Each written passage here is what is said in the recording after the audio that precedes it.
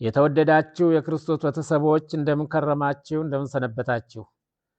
የዛሬው ርዕሳችን ከኢየሩሳሌም ከተማ 12 ኪሎ ሜትር በቅርብ ርቀት ላይ የሚገኘው ቤተልሔም እያልን በምንጠራው ዙሪያ የተመለከተ ይሆናል። ይህ አካባቢ የሚገኘው በቤተልሔም ውስጥ ሲሆን ከቤተልሔም 2 ኪሎ ሜትር ቅርብ ርቀት ላይ የሚገኝ አካባቢ ይሆናል። ይህ ቦታም ኖሎት ወይም ደግሞ የእረኞች ሜዳ እየተባለ ይጠራል። በዚህ ቦታ ምን አይነት ታምር ነው የተሰራው? ተከታተሉን። እዛው ቦታው ላይ ሄደን ስለሆነ የምናስተላልፍላችሁ እንዳያመልጣችሁ እላለሁ። ጌታችን መድኃኒታችን ኢየሱስ ክርስቶስ በቤተልሔም በተወለደበት ጊዜ እረኞች በቤተልሔም ዙሪያ ባሉት ስፍራዎች እንደነበሩ መጽሐፍ ቅዱስ ያስረዳናል።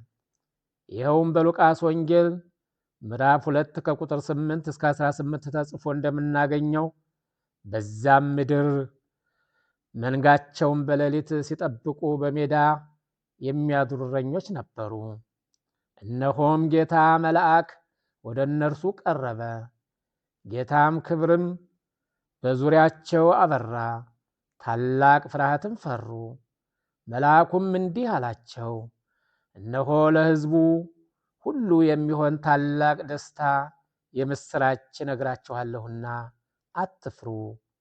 ዛሬ በዳዊት ከተማ መድኃኒት እርሱም ክርስቶስ ጌታ የሆነ ተወልዶላችኋልና፣ ይህም ምልክት ይሆናችኋል፣ ሕፃን ተጠቅልሎ በግርግም ተኝቶ ታገኙታላችሁ ሲል መልአኩ ለእረኞችን ያበሰረበት ስፍራ በዚህ ከቤተልሔም በስተምስራቅ የምትገኝ ቤት ሳሁር ተብላ የምትጠራ ከተማ ስትሆን ለምለምና የእርሻ ስፍራ ናት ይላል።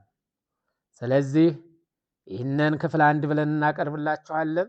ክፍል 2 ብለን ደግሞ በሚቀጥለው ስለምናቀርብላችሁ በዚህ ቦታ ጌታችን መድኃኒታችን ኢየሱስ ክርስቶስ መወለዱን ብስራት የተገለጸላቸው በመጀመሪያ ለእረኞች እንደሆነ ታሪኩ ያስረዳናል። በዚህ ስፍራ ቅዱስ ገብርኤል እልፍ አእላፍ መላእክታንን ሰብስቦ የሰው ልጅና መላእክታኖች በአንድ ላይ እየዘመሩ የሄዱበት ቦታ ነው ይባላል። ስብሐት ለእግዚአብሔር በሰማያት ወሰላም በምድር ስምረቱ ለሰብ ሃሌሉያ እያሉ ሰውና መላእክት በአንድ ላይ እየዘመሩ ሕፃኑ ጌታችን መድኃኒታችን ኢየሱስ ክርስቶስ በከብቶች ግርግም በተወለደበት ሄደው ብስራቱን ደስታቸውን ገልጸዋልና፣ ስለዚህ ከበረከቱ ከረድኤቱ አይለየን እላለሁኝ። የዛሬው ርዕስ እዚህ ላይ ይበቃናል።